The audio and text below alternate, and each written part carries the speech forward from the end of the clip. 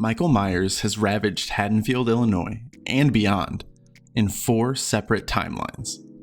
In 2018, audiences were introduced to the latest timeline with a generally well-received rebootquel of the franchise carrying on from the 1978 original.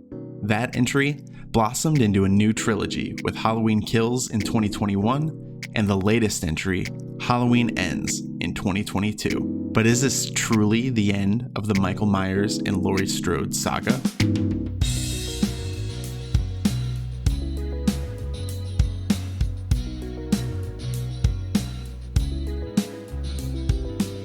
Hey everyone, welcome to a Waiting in the Sky review of Halloween Ends.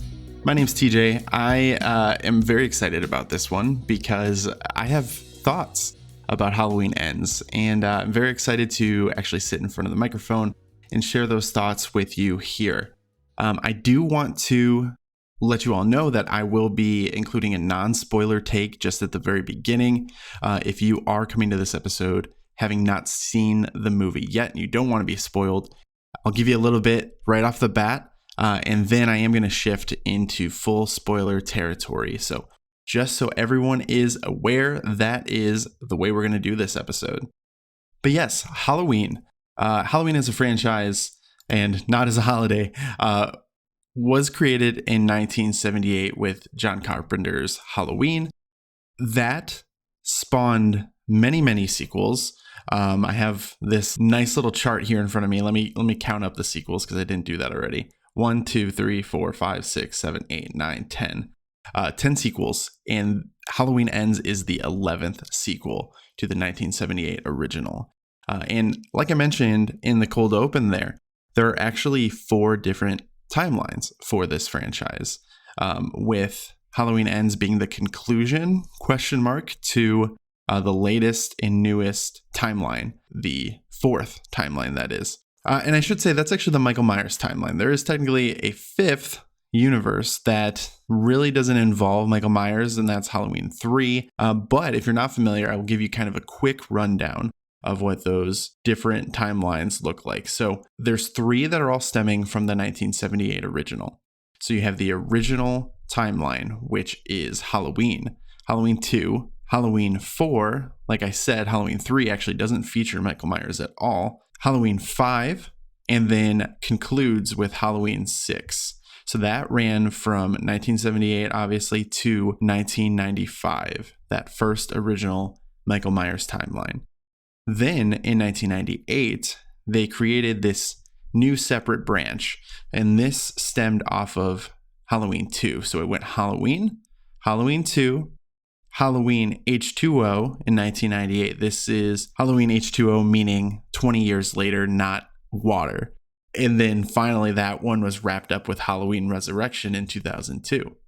And so what is unique about that timeline is obviously that you have this significant time jump between Halloween 2 in 1981, which I believe is set in 1979, a year after the original, if I'm not mistaken, to 1998. So 20 years after the events of the original movie, where we see Laurie Strode as an adult. I believe she has a son played by Josh Hartnett. And so you have that weird kind of dynamic and just a shift from Laurie Strode as the babysitter that we know from the original to Laurie Strode as an adult, as a mother. And that creates this whole new timeline. You also get weird stuff happening like reality TV shows over the early internet, I believe, and Busta Rhymes. So that's that timeline. Next, the third timeline is actually not stemming from the original movie at all, because it is the Rob Zombie timeline, which began in 2007 with Rob Zombie's remake of Halloween. And so if you're not familiar with these are actually fairly faithful remakes to the original Halloween and Halloween 2. So only the 2 entries. Halloween 2, Rob Zombie's, came out in 2009. And they both follow the same similar kind of structure to the original 1 and 2, but very much updated with a lot of gore in what you would expect from a Rob Zombie film. And this is actually where I came into this series. I've mentioned before in the Scream episode that I was late to get into the horror genre. It used to scare the heck out of me. And at some point, I think around this time, 2007, 2008-ish, right as I was going into high school, I guess, was where I sort of became more okay with it, with horror as a genre, and was more willing to like try out different movies. And so Halloween 2007 was the first Halloween movie I ever watched, and I enjoy that. I enjoy both of those movies. I think they are a little bit over the top with some of the content in Rob Zombie fashion, but I think that I like that they're faithful recreations that are more modern, a little bit more of a modern take on the classics. So that kind of framed a lot of the way that I take in these movies. And so I think it's important that I mention that to just kind of frame this conversation before I get into my feelings on this new timeline and this new trilogy, and specifically this year's Halloween Ends. So yes, the new timeline, the latest timeline. In 2018, we got Halloween 2018, which followed the formula that's been set by a lot of classic franchises, where they do this sort of reboot, but it's not a remake. It's a reboot that is a sequel that kind of discards bits and pieces of the franchise that you're not really interested in including. And so Halloween 2018 did this by eliminating every single Halloween movie from its continuity, with the exception of the original movie. So Halloween 2 was not included in this. And this is obviously very interesting, because 2018 takes place in 2018, whereas 1978 Halloween took place in 78. So we are exactly 40 years beyond the events of the original movie. And this is kind of interesting in the way that it's kind of parallels Halloween H2O, which was at 20 years past the original. The difference being that H2O included the events of Halloween 2, whereas Halloween 2018 just includes the original movie.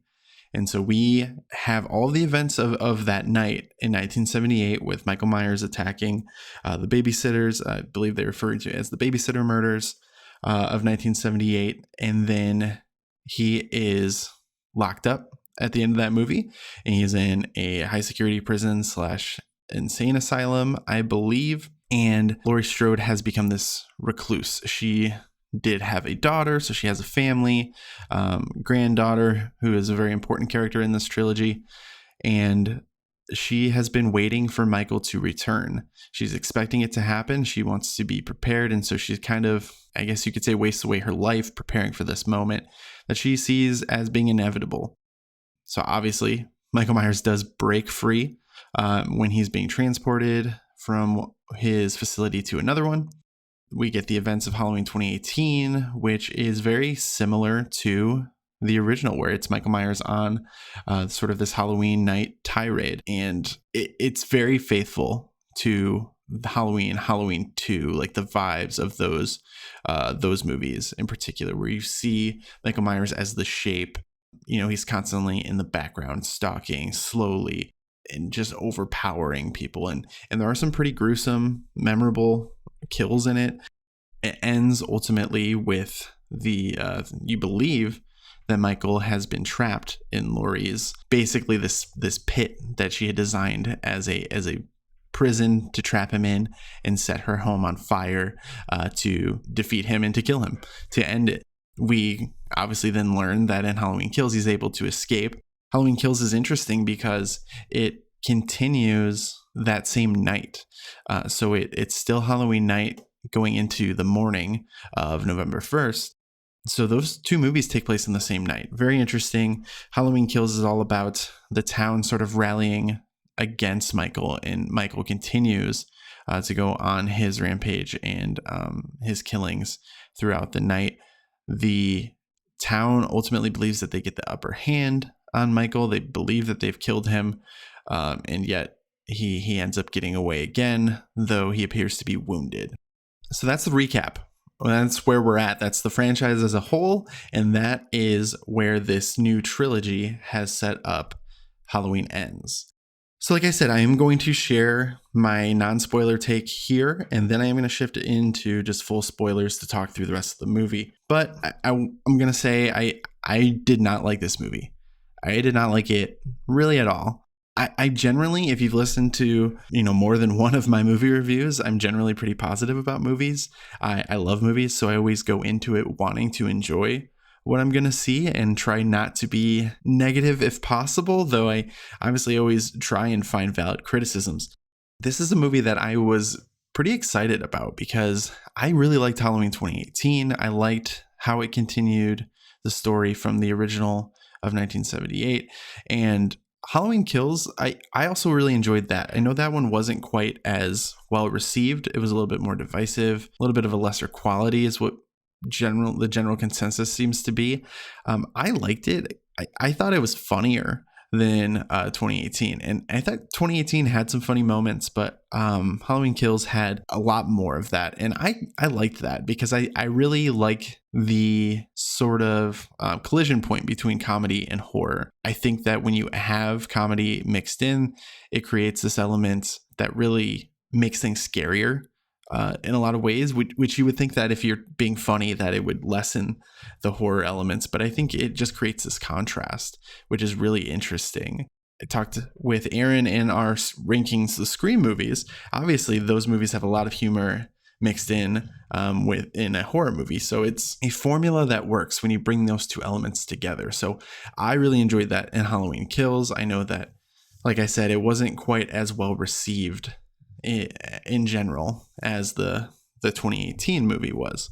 So wasn't entirely sure how they were going to quote unquote end the series here, but I was excited and looking forward to it. I had liked the tone, the direction of these for the first two in this new trilogy and expected a little bit more of the same.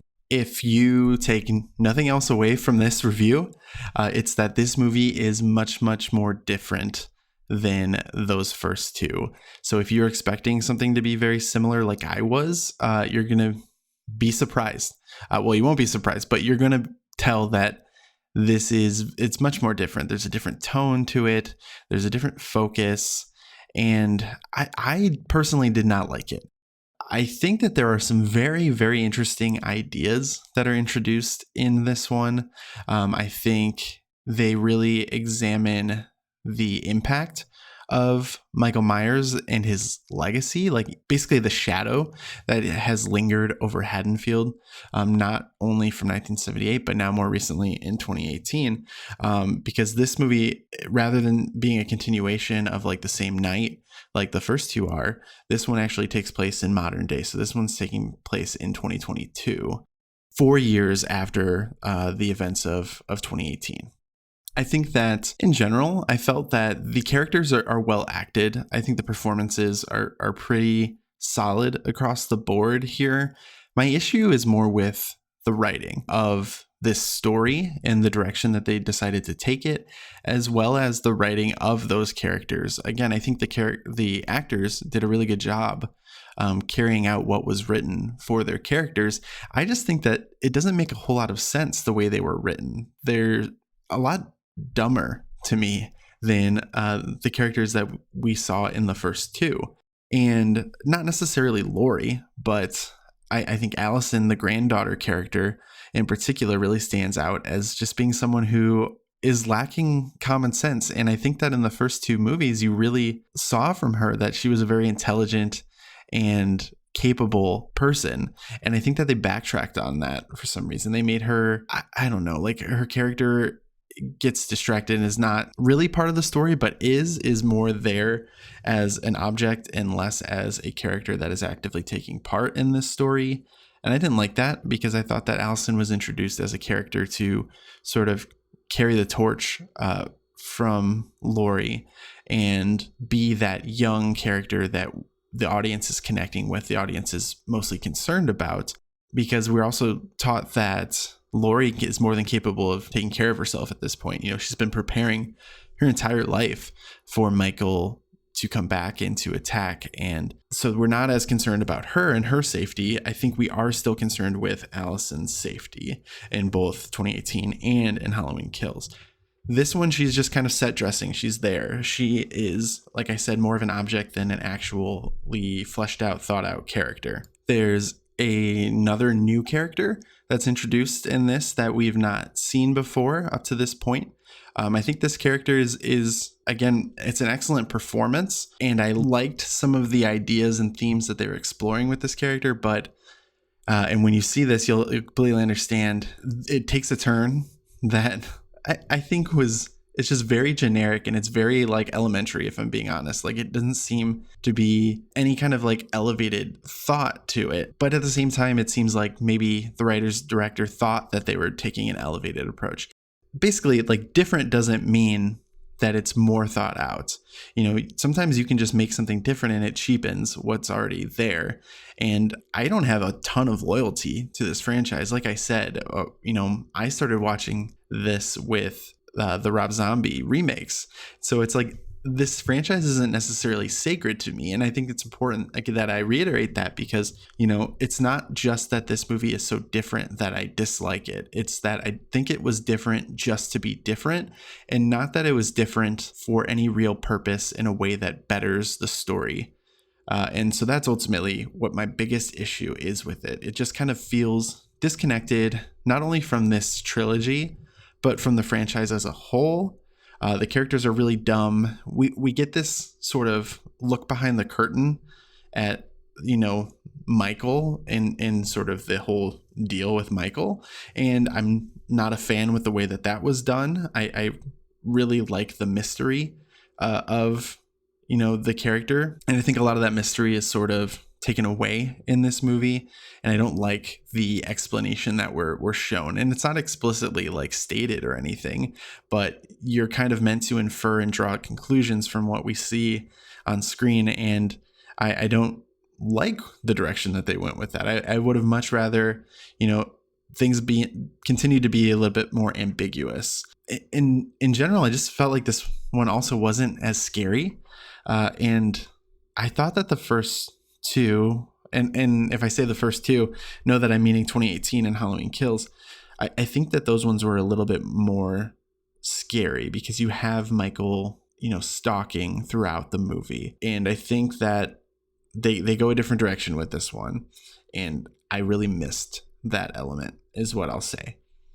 So in short, I really do feel like this was a disappointing entry into this franchise. I borderline hate it, but it is something new. So if you maybe weren't as big on the first two of this trilogy, and you still, are finding yourself interested in the franchise, you want to see how this quote unquote ends, then still definitely, give it a shot and see what your opinion is. I think that this has been a divisive, maybe polarizing entry. I think you have a lot of people who, like me, really didn't see the value in what was done. And then I think there are certainly others that really enjoyed what was done, or liked that it was so different and distinctive. It's still pretty early, so I couldn't tell you necessarily, what percentage is what, but I feel very strongly that I did not like this movie. And if you end up watching it and enjoying it, then more power to you.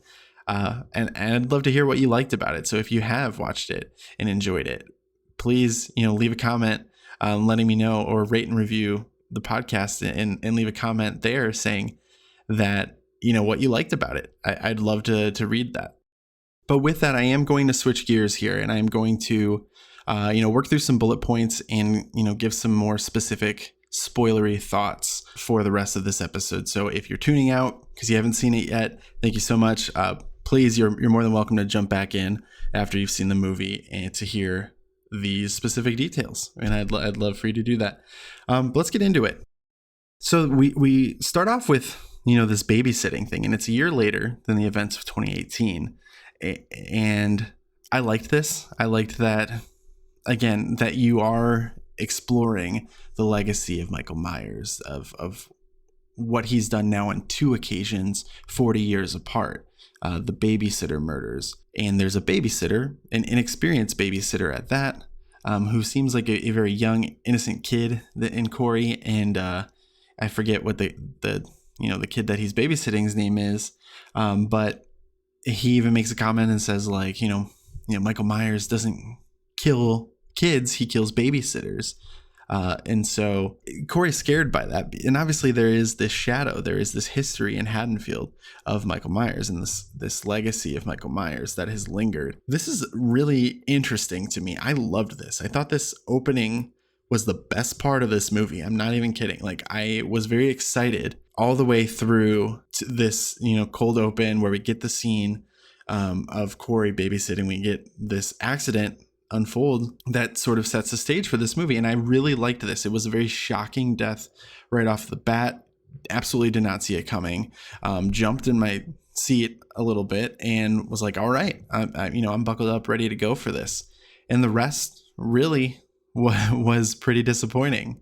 They put this spotlight on Corey as a character, and I'm fine with this. I don't think that was necessarily a bad thing. Like, I didn't need the movie to focus on Laurie or Allison or Michael. It was fine that it was focusing on Corey. I thought that provided a fresh perspective. So I was still on board with this, even after, we get the intro with these trippy jack-o'-lanterns, and you're seeing how Corey has been alienated by this town because of this accident. And I think later on, I actually have this in my notes here, a quote from his mom when she's talking to Laurie about Corey. She says, but because your boogeyman disappeared, they needed a new one.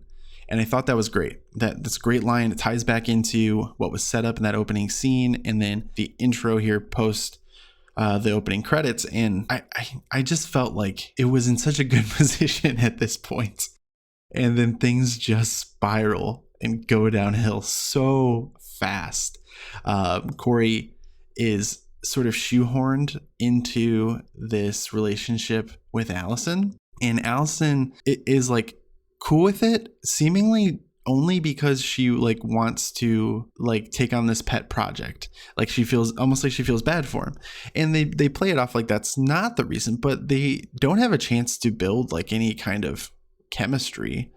They really don't, because he's like so within himself and like in his own thoughts and, depressed, obviously. And so when they meet, it's because she's like picking out glass shards from his hand, and he's super awkward and weird in that moment, but it's like not endearing at all. And so I don't understand really why this relationship isn't very natural, and they just kind of force it on us, and we're supposed to just be like, okay, this makes sense. And it really doesn't at all to me.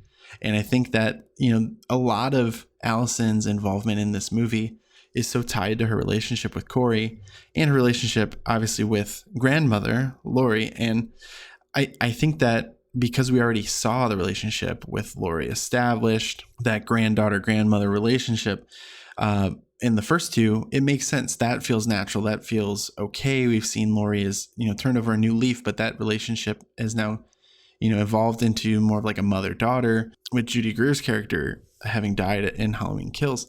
And I think that's all fine. But then Allison's other involvement in the story is her relationship with Corey, which doesn't make any sense at all.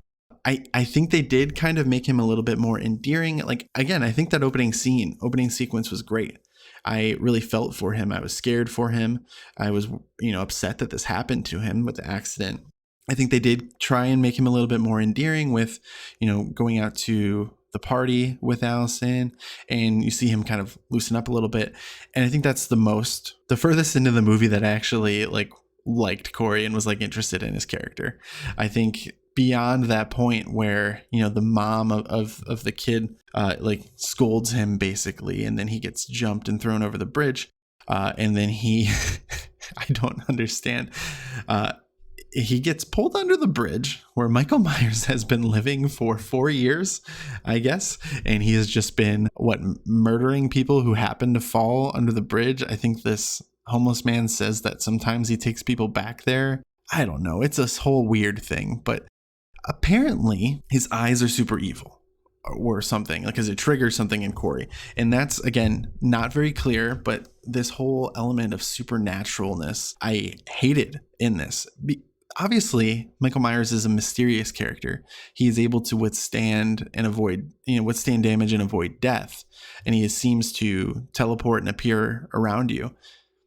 I didn't need that explained. I didn't, and it's not, again, it's not explicitly explained, but we're meant to infer, I guess, that, he possesses such an evil, like, aura, evil energy, evil spirit. He's, essentially evil incarnate, that murdering people, killing them, essentially extends his life, gives him, some sort of invincibility, immortality, I guess.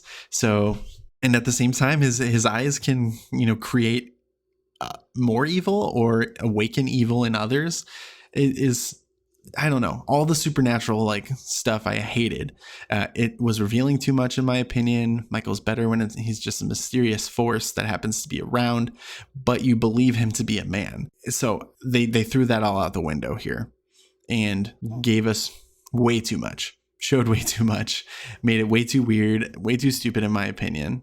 This then leads to what I'm calling the Murder Man and Robin part of the movie, because he lets Corey go and Corey is like, oh my gosh, there's Michael Myers. Like, I'm gonna, take him people to kill, because he accidentally kills the homeless man and like likes it or something. I don't know, because he's awakened to evil now. And so then they're like teaming up and attacking people and murdering people. And really weird. There's this like one kid that is like this bully, and he's got like this, cliche like Italian, like, Northeast accent.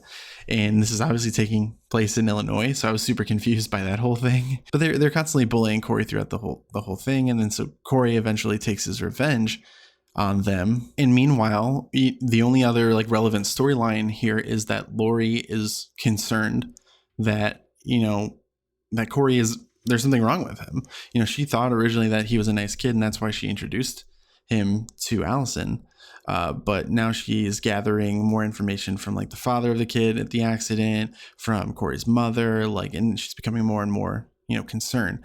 Meanwhile, she's justified in it, because we see Corey like murdering people with Michael Myers, and then like going and hooking up with Allison again in this relationship that has had zero time to build any kind of real meaningful chemistry on screen whatsoever. And it's so unearned and not believable. Like, I could not get invested in this relationship. I was just like concerned about Allison the entire time. And like, they're just making these grand decisions. Like, she's known this guy for, I don't know, it's like a week or something. And then like trying to run away from Haddonfield, where she apparently felt enough loyalty to remain there despite everything that happened in the events of the first two movies. So I don't get why then she would just leave, but I guess we're meant to believe that it was because of love, and some love that we never had a chance to really see develop or blossom. But the, sort of the tipping point of the movie, I guess, because it's just that, it's Corey loses it, starts murdering people. Laurie is concerned. He finds out that Laurie is like trying to take Allison away from him or something. He goes and like kicks Michael's ass and takes his mask and is trying to kill Laurie. Then the only part that I thought was really good, the only part of this movie I thought was really good past like the opening like 20 minutes, is at the end when Corey is stalking Laurie, and she does this whole thing where I truly believed like, something was going to happen. And then she's on the phone with the cops and she says, I'd like to report a suicide, and gives her address.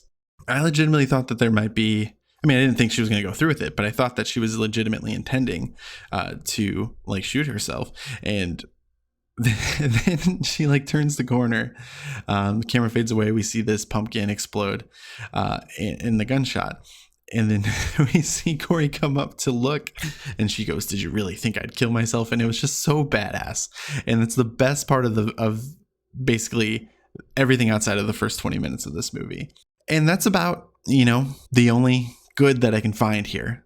It's really just like dumb writing. The characters are so dumb. Allison is so invested and blindly following this character of Corey, despite, she should have this fierce loyalty to her grandmother, and like really understanding and believing her, and at least believing her enough to like take a step back and like question what's actually happening here. But it's like for her to just blindly be like, no, you're wrong, because of, because of love that we never see blossom. That's not earned whatsoever. Just doesn't seem worth it. And so we get then the very brief amount of Michael Myers in this movie. Like, he literally, I'm pretty sure, doesn't even show up until halfway through, like an hour into this movie, where we actually see him. And then he really doesn't do anything until the very end, where Laurie has shot Corey. Corey can tell that Allison's on her way in. He says, like, if I can't have her, no one can. And then, like, stabs himself in the neck to make it look like Laurie had killed him. And this is another part that I again, this is the part where they make Laurie stupid. Laurie is so smart and resourceful at this point. We have seen that now through 2 movies and through most of this one as well.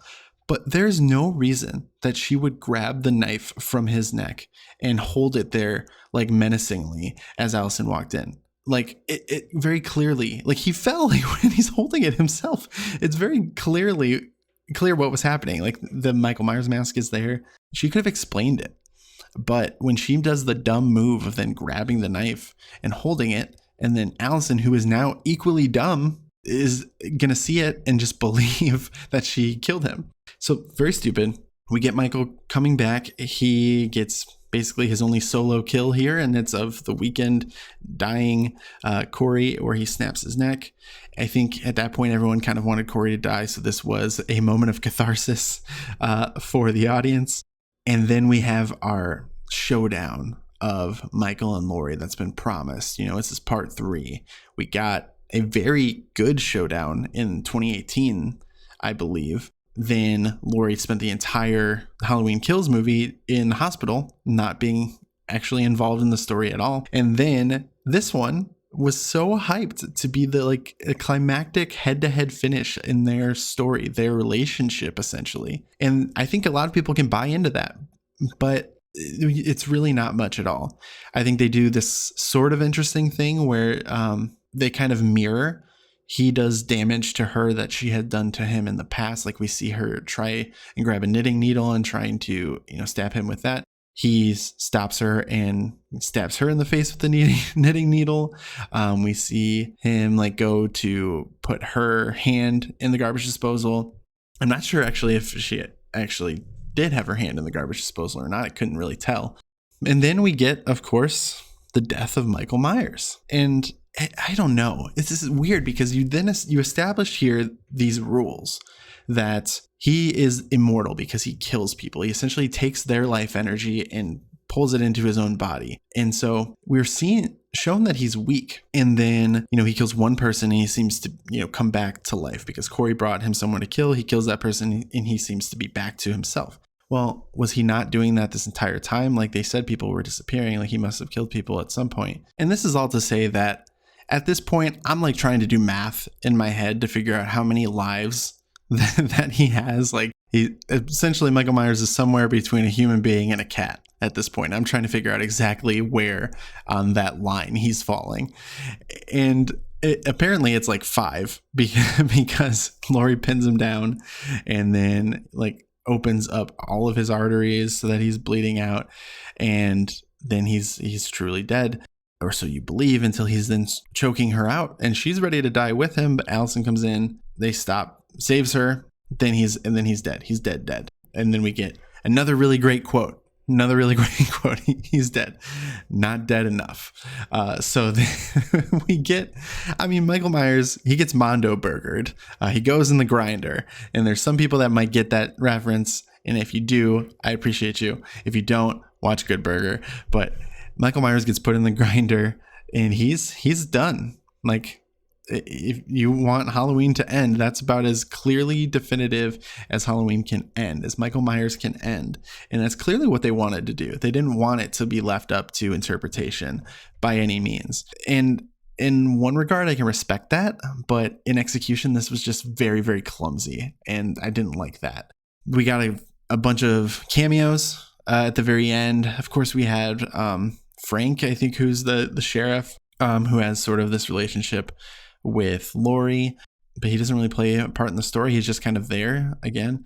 There's really only a handful of characters that are actually doing anything. And I think that's very different than the first two. Like, this one does feel a lot more intimate, and again, I would be totally fine with this. I'm not saying that it needed to be exactly the same as the first two, but it feels like such a departure just to be different and not actually warranted. So I like ultimately that those are all my issues with it. I didn't find much to be very redeeming. I think there's a universe where maybe this formula was done a little bit better. Maybe there was some, slight writing changes that could have been put in and made this story work. I think they were making it look like Corey was going to take over the mantle of Michael Myers and be the new murderer. And I'm glad that they didn't do that, because I think that would have been terrible. But what I also think is terrible is what this movie actually ended up to be as a whole. So if you watched this and you really liked it, please, share in the comments what you actually enjoyed about it, because I'm genuinely curious. I would love to hear that. And then maybe if I'm ever watching it again, I can look for those things and get a little bit more out of it in the future. But did Halloween truly end? We'll see. I wholeheartedly believe this is it for Jamie Lee Curtis, but even with as definitive of an end to Michael Myers that we were given, the magic of the movie industry can easily resurrect him in yet another alternate timeline. Or, they could pivot to a new silent stalker within this Halloween universe. I mean, we never know, but money talks. And so this franchise is definitely not over. It's not truly ended. I think that's safe to say. But that's going to do it for this review. Episode 304 of Waiting in the Sky will be dropping on Thursday, October 27th. And if you don't know, I do aim to release one of these review episodes on a movie, show, or game every week between Friday and Monday. So over the weekend at some point, or starting off the week. Next up is going to be the latest from DC Comics, and that is Black Adam. I'm cautiously optimistic about that one, but I've definitely been hurt before by that DC universe, so I'm trying to stay on my toes a little bit. Also on the podcast feed is The Bear Market, where every other Wednesday of the NFL season, I break down the Chicago Bears and analyze their trends. That has been super depressing to this point, and I am excited, though, that the sister show to that one will be making its debut this Wednesday, October 19th. And that is The Bull Market, where, you guessed it, I will be covering the Chicago Bulls during the NBA season. And last but not least, the YouTube exclusive Pokemon Challenge series returns on Saturday, October 29th with a bug-only run of Pokemon X. Thank you so much for listening. I'll see you next time.